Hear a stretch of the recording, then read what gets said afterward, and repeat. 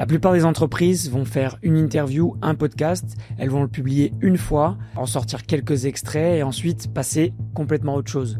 Pourtant, cette même interview, elle aurait pu faire partie d'un système et elle aurait surtout pu nourrir LinkedIn pendant 2, 3, parfois même 4 mois.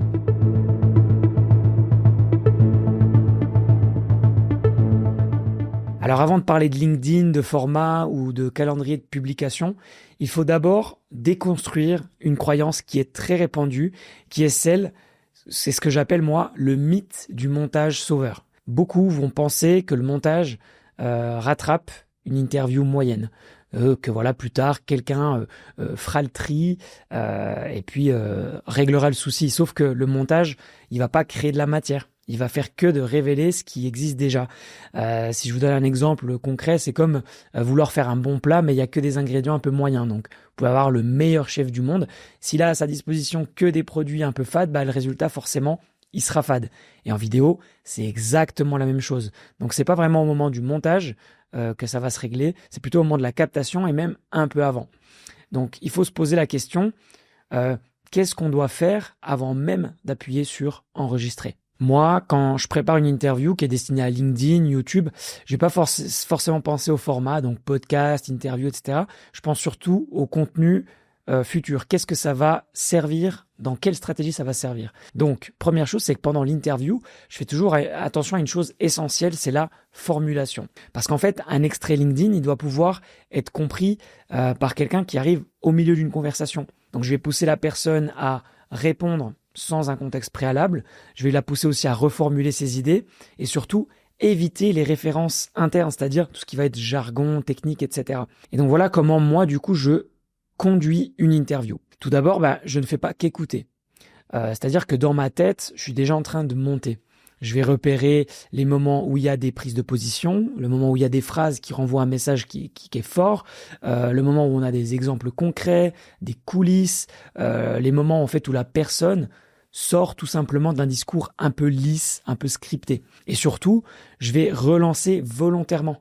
Pas juste pour meubler ou pour faire durer l'exercice, mais vraiment pour réussir à extraire de la matière. Donc il y a des questions simples.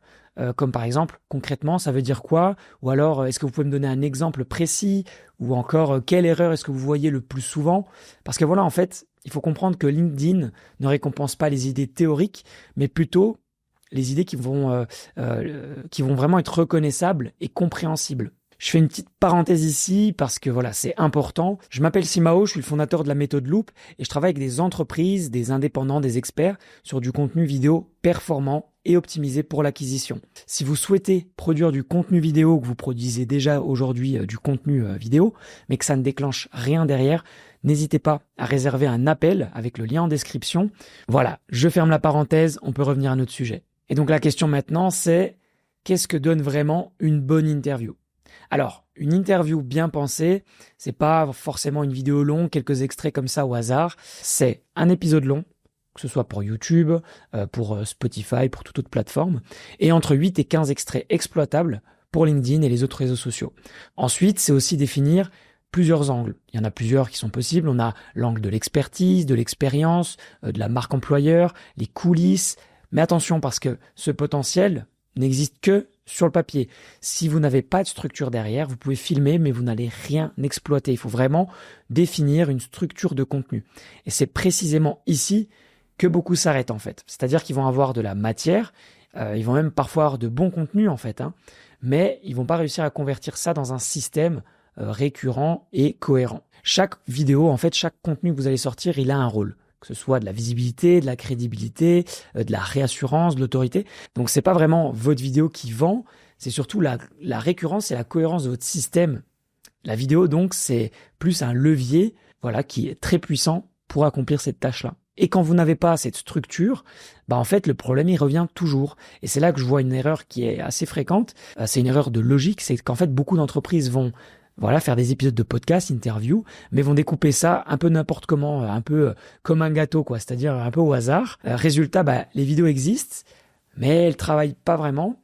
Et souvent, j'entends, on fait de la vidéo, mais on voit pas vraiment d'impact. C'est normal, parce que le problème, c'est pas vraiment la vidéo, c'est que chaque contenu que vous publiez, c'est un peu isolé. Il n'y a pas vraiment une continuité, il n'y a pas une progression, il n'y a pas une logique dans le temps.